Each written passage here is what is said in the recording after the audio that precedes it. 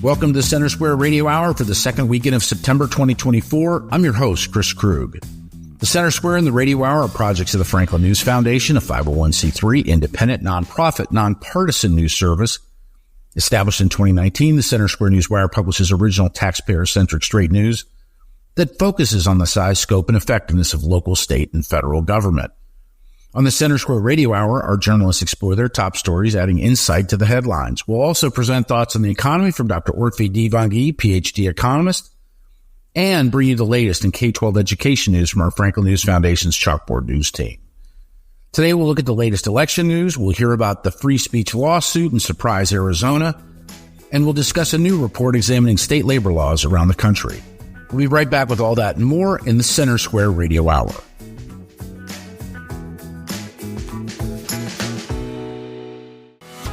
Are you tired of news that puts politics over people? At the nonprofit Franklin News Foundation, we believe in putting people over politics by delivering nonpartisan news and audio content that serves you, the American taxpayer. With Franklin News Foundation, you can read fact-based, state-focused news for free at thecentersquare.com. You can listen to civil, balanced conversations between policy experts through our podcast network at americastalking.com. Or you can get in-depth news on K-12 education spending, curriculum, and school safety at chalkboardnews.com. It's all free through Franklin, where we put you, the American taxpayer, first in every story, episode, and conversation. And it's only possible through our supporters. Together, we can produce content that puts people over politics and brings Americans the news they deserve. Become a supporter today at franklinnews.org/donate. Once again, that's franklinnews.org/donate. Welcome back to the Center Square Radio Hour. I'm Chris Krug. With the latest on the presidential race, it's Cole McNeely. As we head deeper into election season, early voting is starting this week. There's a presidential debate coming up next week, and it's still a close race. To discuss all this and more is the Center Square's executive editor and Franklin News Foundation's chief content officer, Dan McCaleb. Dan, we have mentioned over and over again, this has been a unique election cycle, to say the least. Early voting begins this week, though. We are officially in voting season. That's correct, Cole. While the election is still 60 days, election day is still 60 days out, the mail-in absentee ballot process starts today.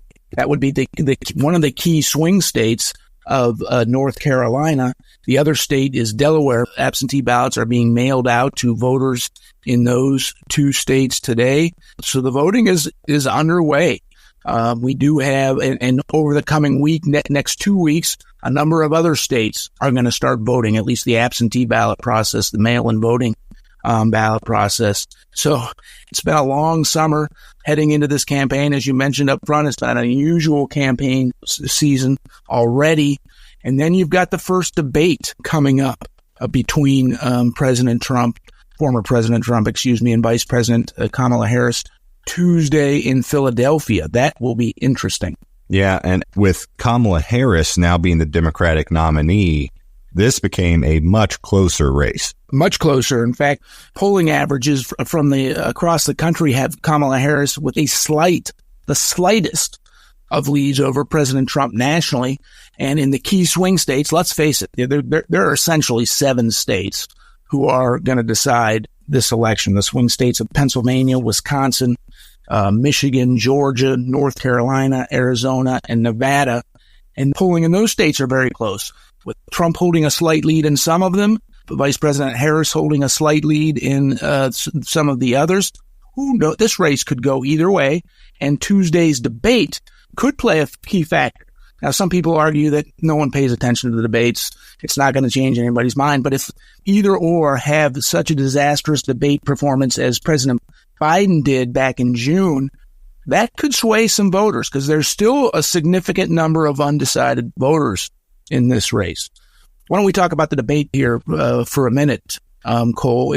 As I said, it will be Tuesday in Philadelphia. The debate rules are very similar to the debate that President Biden held with former President Trump back in June. The mics will be muted when they're not speaking, so there will be no talking over each other. I'm going to admit I thought that was a disadvantage for Trump the first time around, but I actually enjoyed it and thought it was better without the two candidates, trying to talk over each other, interrupting each other. You can debate whether there was a lot of substance on policy, et cetera, in that first debate. But I thought it was, from a viewer standpoint, it was much better than some of the debates we saw in 2020, back in 2016, in the primaries, where they're just talking all over each other. So that's one. That there will be no audience, just as there was no audience in that. I say no live audience. There will be no one else in the studio except ABC, who is hosting the debate, the candidates themselves, and some of their support staff. But there will be no one in the gallery listening to it. I thought heading into that first debate between Trump and Biden, that was another disadvantage for Trump. He sort of feeds off of his audiences, etc. Now, this was more Biden's shortcomings than Trump's accomplishments, but we saw how that debate went. So I think it'll be a fair debate, depending on the moderators. Now, ABC is accused of skewing left. We'll see. CNN hosted that first debate between President Biden and former President Trump. They were fair, I thought. They were mostly fair. So let's hope that the ABC moderators are fair, too. This might be the only chance voters across the country have a chance to see Trump and Harris square off 1-to-1. There are no second scheduled debates. We hope that there will be one, that they'll agree to terms to a second one. But as of now, this is the only scheduled debate. And interestingly enough, Dan, I think kind of going into these, I guess, these two candidates, this matchup, the strategies of each candidate have been interesting. Former President Trump has done a lot of podcasts, has done a lot of, I would actually say, probably targeting of young men in terms of the content he's been on. He's been on comedian Theo Von's podcast. He's been on, I think, one of the Paul brothers podcasts. So that has clearly been the strategy, is not as much going for the establishment media, but going more for that new media, the podcast, the independent media persona. On the flip side, Harris has largely stayed out of the media in general, be that with podcasters or, mainstream media. Did 1-2 interviews. You mentioned the lack of impact of this debate, but in reality, this might be one of the very few times that Americans get to see Harris in a non-scripted circumstance. Yes, I'm very much looking forward to this debate, and I hope undecided voters are too, and I hope they tune in. It'll be an hour and a half long. Hopefully they dig into their policy issues, because, Vice President Harris has flip-flopped on a few key issues. She was against the border wall, but as President Joe Biden's border czar, she was put in charge of border security in the Biden-Harris administration. It's been a wide open border practically under them, more than 12 million illegal entries into the country since January 2021, when this administration took office. She now says she supports partially building the border wall. She says she supports more border security. It'll be interesting to see how former President Trump hits her on that, and how Vice President Harris sticks up to that new found stance. Things like energy and electric vehicle mandates, she previously was for it. She was previously against fracking, which is a key issue in the key swing state of Pennsylvania, where fracking provides thousands and thousands of jobs. She now says she will not ban fracking. So I'm sure that topic will come up during the debate. It'll be interesting to see, what they say about those types of issues. And then beyond that, we have a vice presidential debate coming up October 1st. And then there is another cloud that still remains there, even if it's not in the news cycle, which is President Trump is going to have a sentencing date at some point for the hush money case in New York. Dan, thanks for joining me today, and all the listeners. You can keep up with all the election stories at thecentersquare.com. Big thanks to Cole and Dan. You're listening to the Center Square Radio Hour. I'm your host, Chris Krug. With more on the lawsuit against Surprise, Arizona over city policies that allegedly violate free speech, it's Eliana Kernodle. The city of Surprise, Arizona is officially being sued in the United States District Court of Arizona for alleged free speech violations. Joining me with more on this story is the Center Square's Cameron Arcand. Cameron, who is suing the city of Surprise, and why? Correct. So the Foundation for Individual Rights and Expression is suing, along with plaintiff Rebecca Massey. She is a local activist in the city of Surprise, who was arrested for trespassing after she got into a bit of a spat with Mayor Skip Hall after she criticized during public comment the city attorney, the decision to give him a raise. The mayor brought up the council's criticism policy, which is one of the things that's mentioned in the lawsuit, and then it does get very heated. And even the police officer who was asked to remove her, she got into a bit of a argument with them as well. But ultimately, she was charged with trespassing. And this very quickly led to a lawsuit and criticism from not only the fellow council members, but also the mayor-elect, who is saying that she should have been able to freely public comment. So now there's this lawsuit that's going to be on the city's hands. So you mentioned she was criticizing the city attorney. What was kind of the details of her criticism? So pretty much she opened it, and this was a relatively civil conversation too. So I was a bit surprised that it escalated the way it did. But I guess she, from what I was hearing from sources, she's a regular attendee at these meetings, an active member of the community, right? As many people are. And so she said that she did not agree with the decision making behind giving the city attorney a raise. He already makes well over $250,000 a year.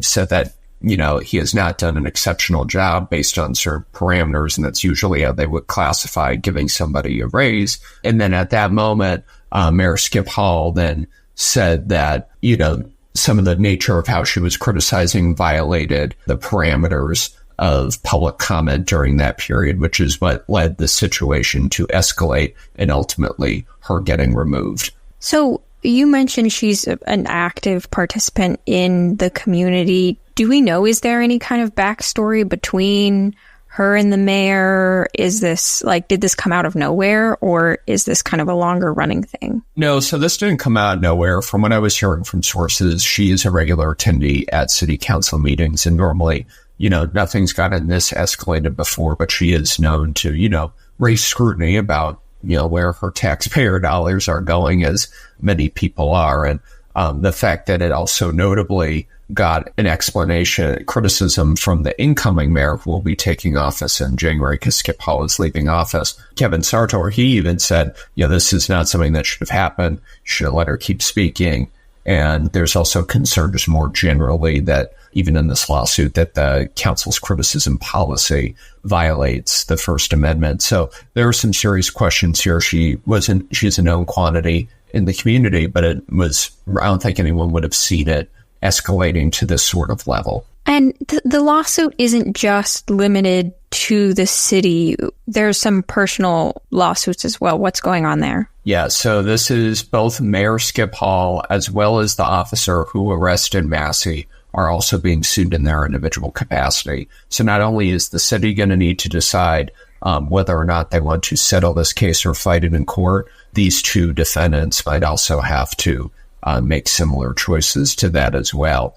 So what's very interesting about this is, with the change in leadership coming in January at the city level, whether or not that legal strategy could change from the city if they're going to attempt to go for a settlement first or if they're going to want to fight this in court. Obviously, Massey, it makes sense that she would be wanting to fight the trespassing charge and things like that, but she also got into her reasons for suing the city and pursuing these lawsuits.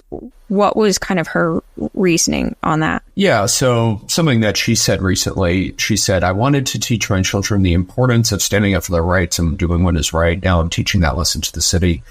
She said in a statement from FIRE, it's important to fight back to show all my children that the First Amendment is more powerful than any whims of a government official. This is a matter of principle. From the standpoint that she's arguing is that it shouldn't matter what she's criticizing or what city policy this is, but that the basic foundation of free speech in this country is based on the idea that you can criticize your government. Now, obviously, we know about the parameters of those. That's obviously well known, incitement of violence, these sorts of things. And this case definitely falls under not even close to any of those, which is why it is such a big deal, this lawsuit, where it seemed very straightforward. It seems like, someone went in to criticize. Things got tense, but it didn't even, I've seen meetings at the county level here in Maricopa County related to elections that have gotten extremely, extremely heated. And you see the counterterrorism unit in the corner of the meeting room, and it's just not even what we saw there isn't even in City Surprise was even close to that level of rhetoric, even though it did get tense. So this is something that could set a precedent for other cities across the country, especially here in Arizona, if they have a policy for public comment that is maybe more restrictive than what we could find out that is legally permissible. Well, Cameron, thank you for your insights on this story. Listeners can keep up with this story and more at thecentersquare.com. Thank you, Eliana and Cameron. You've been listening to the Center Square Radio Hour. I'm your host, Chris Krug. With more on state labor laws across the country, it's Anthony Hennett. Unions see a clear path through the legislature to boost membership after several legal challenges saw workers leave in droves.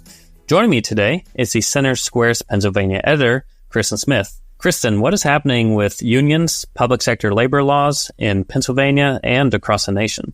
Sure. So the Commonwealth Foundation, which is based in Pennsylvania and does a lot of research into public labor unions and the intersection with state laws, they released a report that looked at declining union membership and how that's been reflected in union behavior and the trends that have been there. So in the last 5 years, the nation's 4 largest public sector unions have lost over 320,000 members. The foundation believes through their research that a big reason for this is government privatization, changing demographics, workers retiring, new workers coming in and not necessarily joining.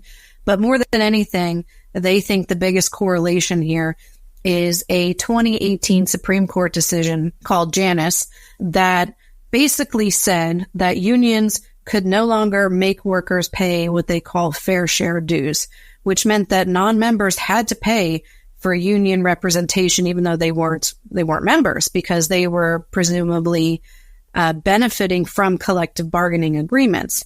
So Supreme Court said that that's illegal. You can't do that. And in the 5 years since, you've seen a huge decline in membership. So the foundation thinks that what they've done in those years is really go through the legislature to regain members and attract more. And there's been several different policy changes that have happened in specific states that illustrate the trend very well. And those states, as one might guess, are scored much lower than other states where they've enacted some very strong reforms to collective bargaining agreements. By this much action, it's pretty clear there's a lot of money at stake here, right? It's looking like the report said more than $106 million annually.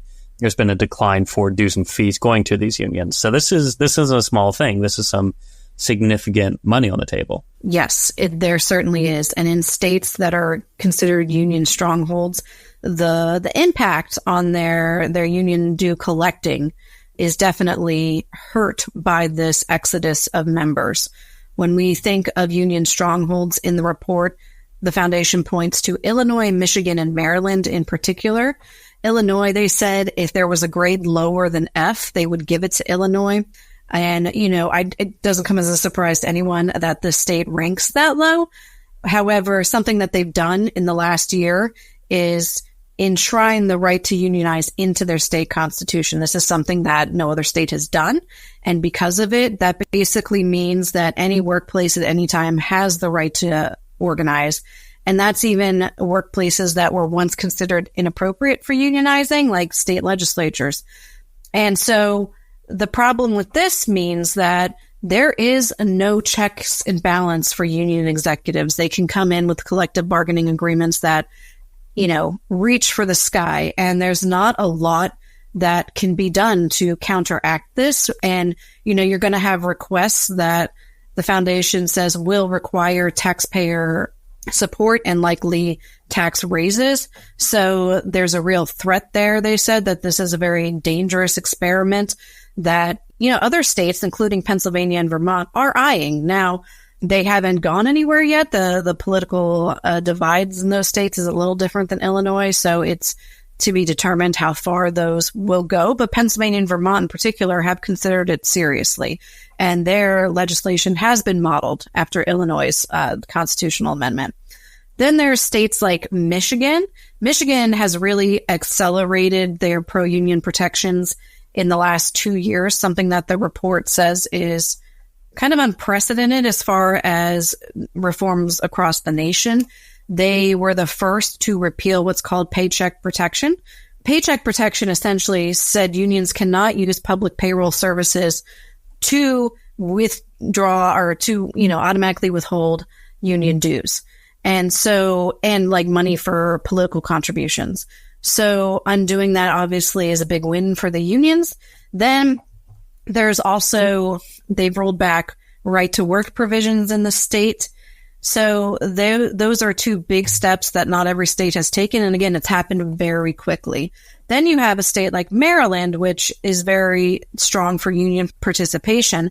And there they've incentivized union membership by, number one, expanding the types of workplaces that can participate, but also creating a tax incentive for participating. You get union dues, can lower your tax burden through your state taxes.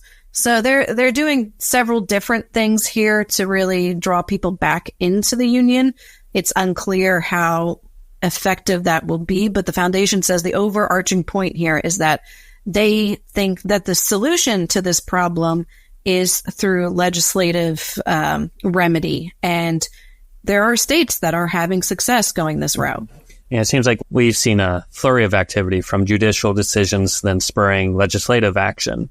It seems, too, a big role in all this, or at least some of the criticism, has been union political spending and also kind of focus not so much on traditional labor issues, but much more expansive approach to, what it means to belong to that union or kind of influencing broader political discussions, right? Yes. The foundation said that about 60% of union political spending, which is typically funneled through outside organizations, and this comes from membership dues. And where this kind of crosses into, uncharted waters here is that while members may ideologically side with, the same political causes that the union supports, they've sometimes waded into territory that's made members uncomfortable, such as, introducing resolutions that make statements on the war in Gaza or abortion rights, things that kind of lie far afield of collective bargaining and other workplace related issues.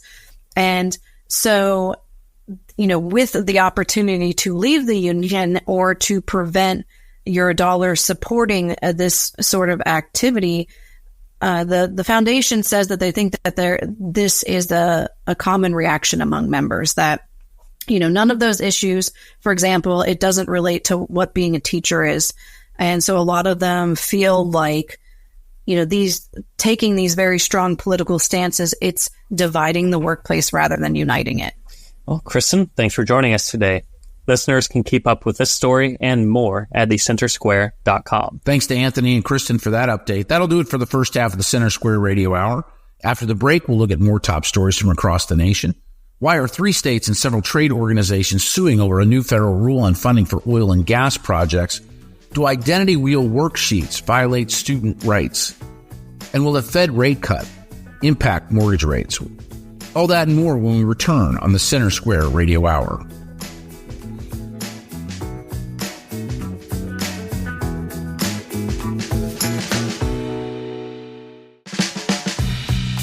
Welcome back to the Center Square Radio Hour. I'm Chris Krug. Here are this week's quick hits, some of the original reporting that you may have missed at thecentersquare.com. Ohio Attorney General Dave Yost has threatened legal action against the Columbus Public School District for halting transportation for charter and private school students. The district announced 2 weeks before the start of school that busing for these students would stop, citing impracticality, which Yost argues is illegal under state law. Ohio law mandates transportation for K-8 students living more than 2 miles from their school unless it's deemed unreasonable. Yost sent a cease and desist letter demanding that the district resume transportation or face a lawsuit, asserting that parents' rights to school transportation must be upheld.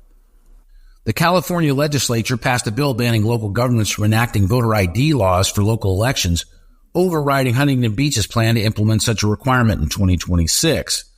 Bill author Senator Dave Min argued that voter ID laws hinder voter turnout, while opponents such as Assemblymember Bill Esseley unsuccessfully attempted to include an amendment banning undocumented immigrants from voting. Attorney General Rob Bonta sued Huntington Beach, claiming the ordinance violated state and federal law.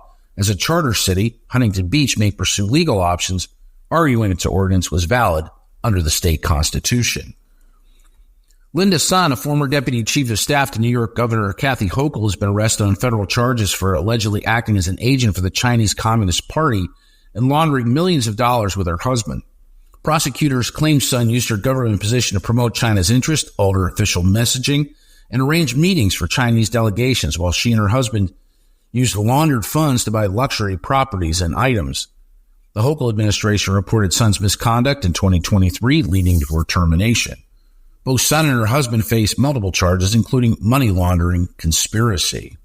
Robert F. Kennedy Jr. has filed a lawsuit against the North Carolina State Board of Elections for its decision to keep his name on the ballot despite his request for removal after suspending his presidential campaign.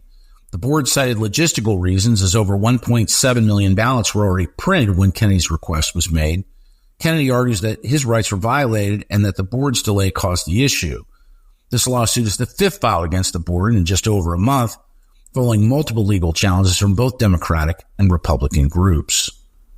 The state of Florida is suing the Biden-Harris administration to obtain information on how many illegal foreign nationals convicted of violent crimes who served time in prison were released into the United States instead of being deported. The lawsuit, led by Attorney General Ashley Moody, follows a Freedom of Information Act request that received no response. Moody argues that the administration's immigration policies, which allow the release of dangerous criminals, threaten public safety. The lawsuit asks the court to compel U.S. Immigration and Customs Enforcement and the Federal Bureau of Prisons to provide the requested records. You can find more on these stories and others like them from across the country at thecentersquare.com. We'll be right back with more on the Center Square Radio Hour.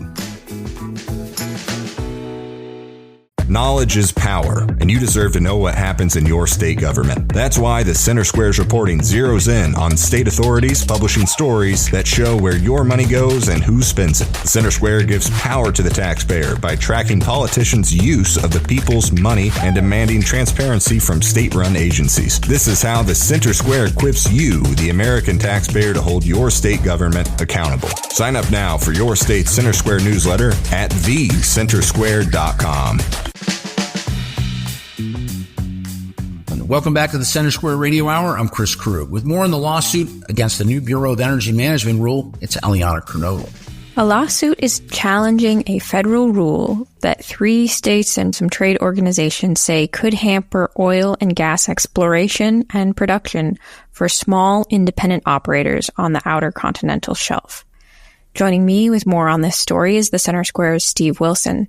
Steve, what is this federal rule? So basically, in this, and I probably need to expound on this a little bit, there's always been requirements for offshore oil and gas producers that they come up with some sort of, I guess you would say, extra financing to where they can cover the cost of decommissioning these wells, because orphaned wells are a big deal, not just on land, but also offshore as well. And they've always had to do this. But what this rule does is it requires that any producer that doesn't have an investment credit grade, which is done by the credit rating services such as Standards & Poor's and Fitch, if they don't have that, they have to go to the bond market and get what's called a surety bond that would give them like a backstop as far as like the cost of the decommissioning of the wells once they're done with production. The problem with that rule is this lawsuit says is that the surety bond companies have said they cannot provide this financing. I mean, we're talking billions, like probably about $6 billion. And basically, it's going to be a backdoor attempt. And it's very clever when you think about what they're trying to do here. It's extremely clever. It's a backdoor way of ending offshore drilling, basically, as we know it. So then who is suing and why? You've got 3 states that are suing. obviously Louisiana, Mississippi, and Texas, which are your oil producing states on the Gulf Coast. Then you've got some trade organizations that are also joining it. And basically, they're just trying to put a stop to this rule. The rule went into effect, I think it was June 9th, and the lawsuit was filed not long after. And what they're seeking is an injunction to put a stop to the implementation of this rule. So what specifically do they allege would be the consequences of this rule? Well, they say that it would destroy 36,000 jobs, and it would take away $10 billion with a B gross domestic product, and cost the government, which of course receives oil and gas royalties, $500 million. And the interesting thing about that, there is this program called GOMESA, which was passed in the mid-90s, where they distribute some of these oil and gas revenues from offshore drilling in federal waters to the coastal states that participate. And that would be Alabama, Mississippi, Louisiana, and Texas.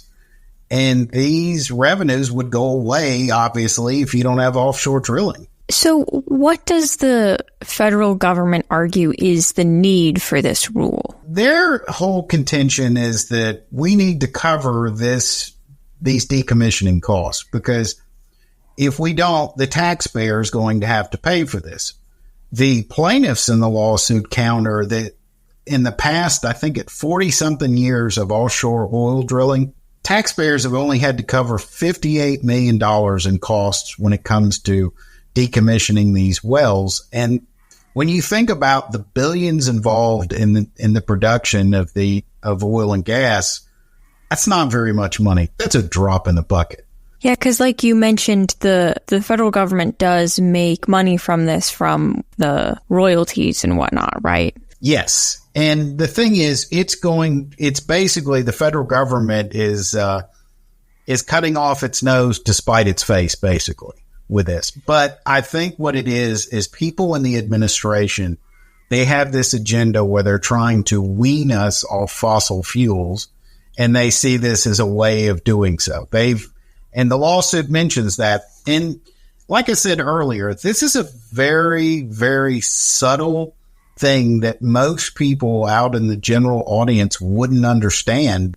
And it's just very clever, because they can say publicly, well, we're not banning people from getting offshore oil leases, but in actuality, they're doing kind of a backdoor thing, kind of like with the CAFE standards and the electric cars, where the only thing you can get to meet those standards is an electric car. And you mentioned earlier that it's specifically companies that don't have a certain kind of rating. So does that mean like larger companies are going to still be able to, but it's like these smaller companies that aren't? Like, what's kind of going on there?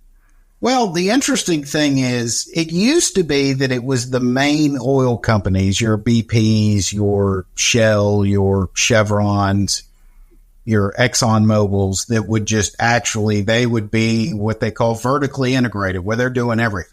Now you've got these smaller operators that operate on behalf of the bigger folks.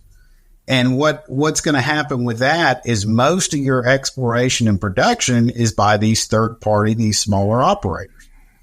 And they do not have the financing, and they couldn't get it even if they wanted to. That was the interesting thing in the lawsuit. It says that they would have to raise $6.9 billion in surety bonds, and the surety bonds people told the federal government, we can't do that. We don't have that kind of money. So where is this lawsuit in the legal process?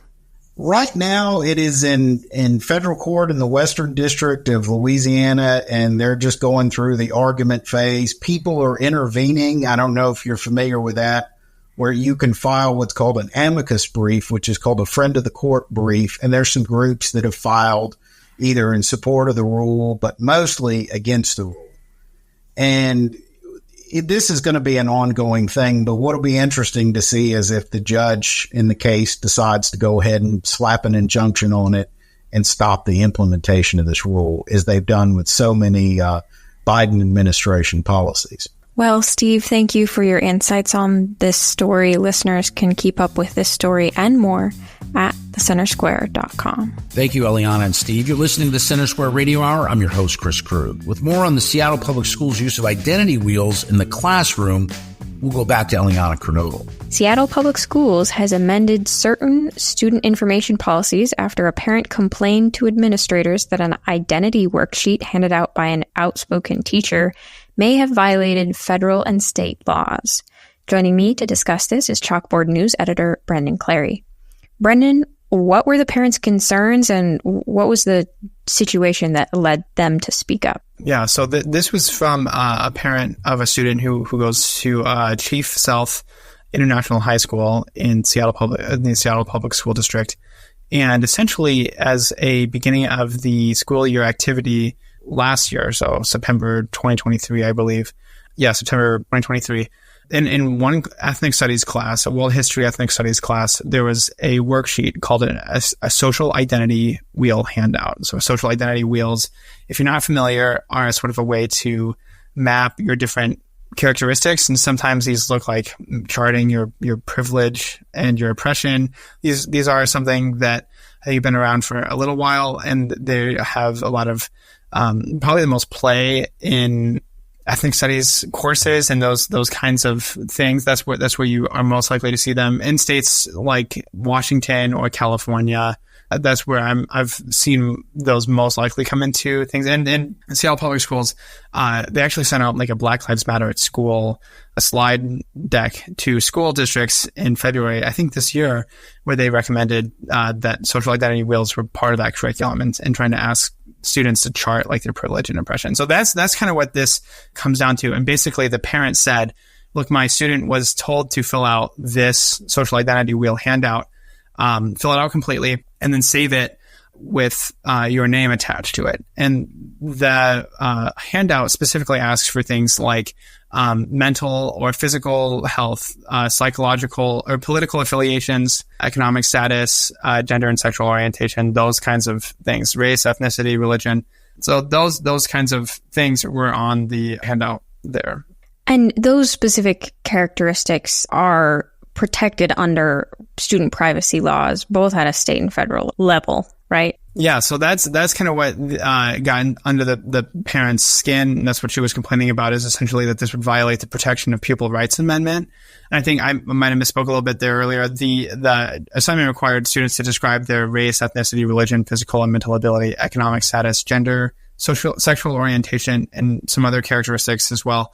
But that PPRA does not allow schools that receive federal funds to ask about a lot of those different kinds of things, specifically mental health, psychological problems, political affiliations, sex behavior and attitudes, which would include gender identity and sexual orientation, illegal or incriminating behavior, which the wheel handout didn't really ask about.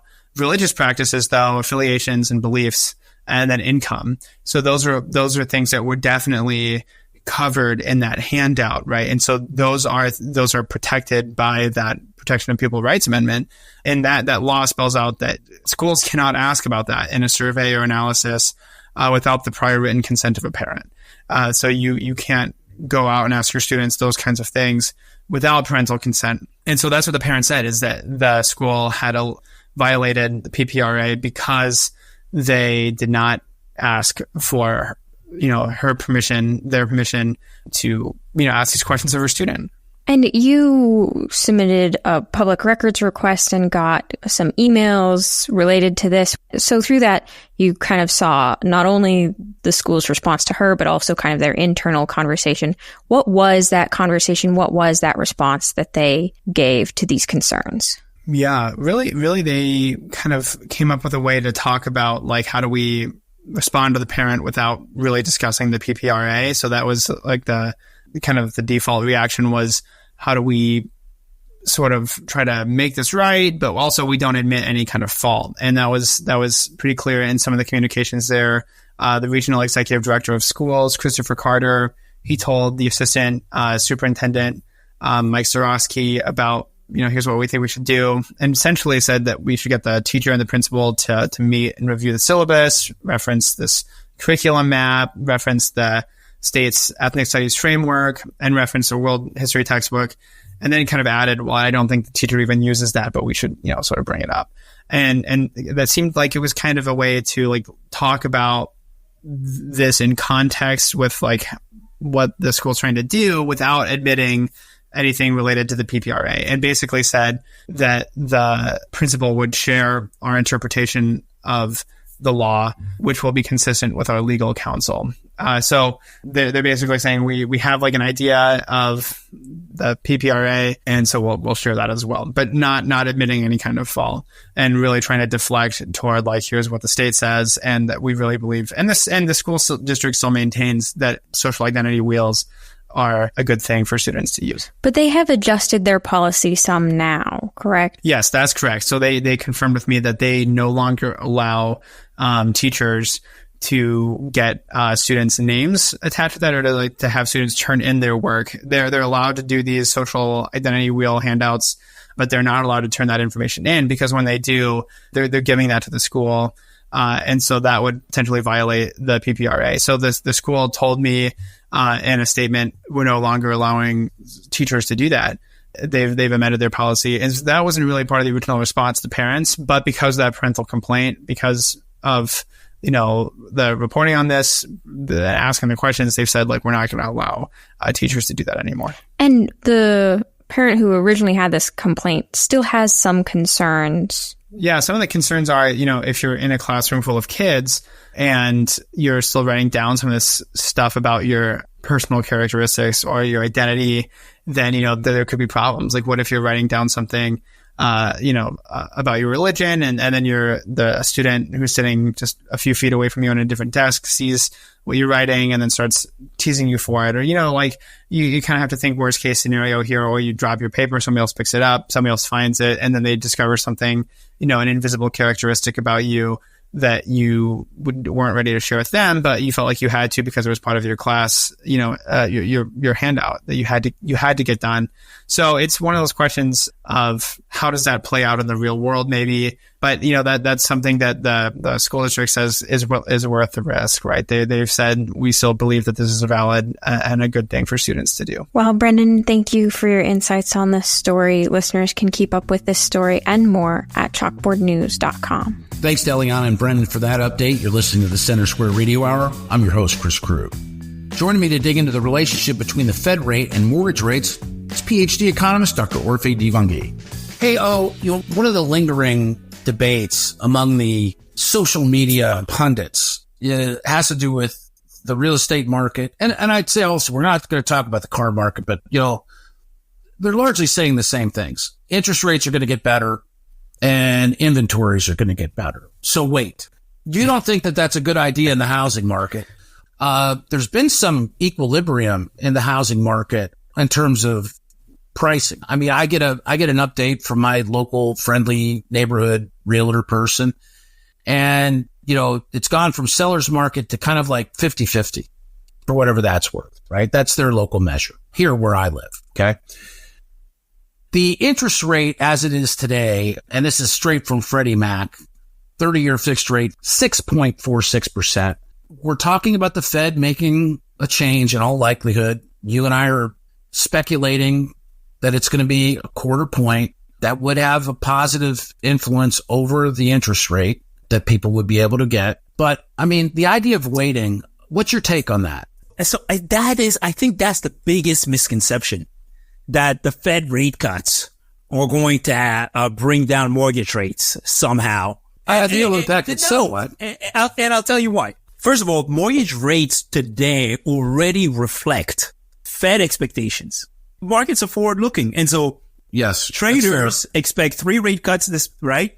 And they expect 3 rate cuts. They expect the Fed funds rate to fall into the 3.25, 3.5 range in 2025. And that's baked in to the mortgage rates we're seeing today.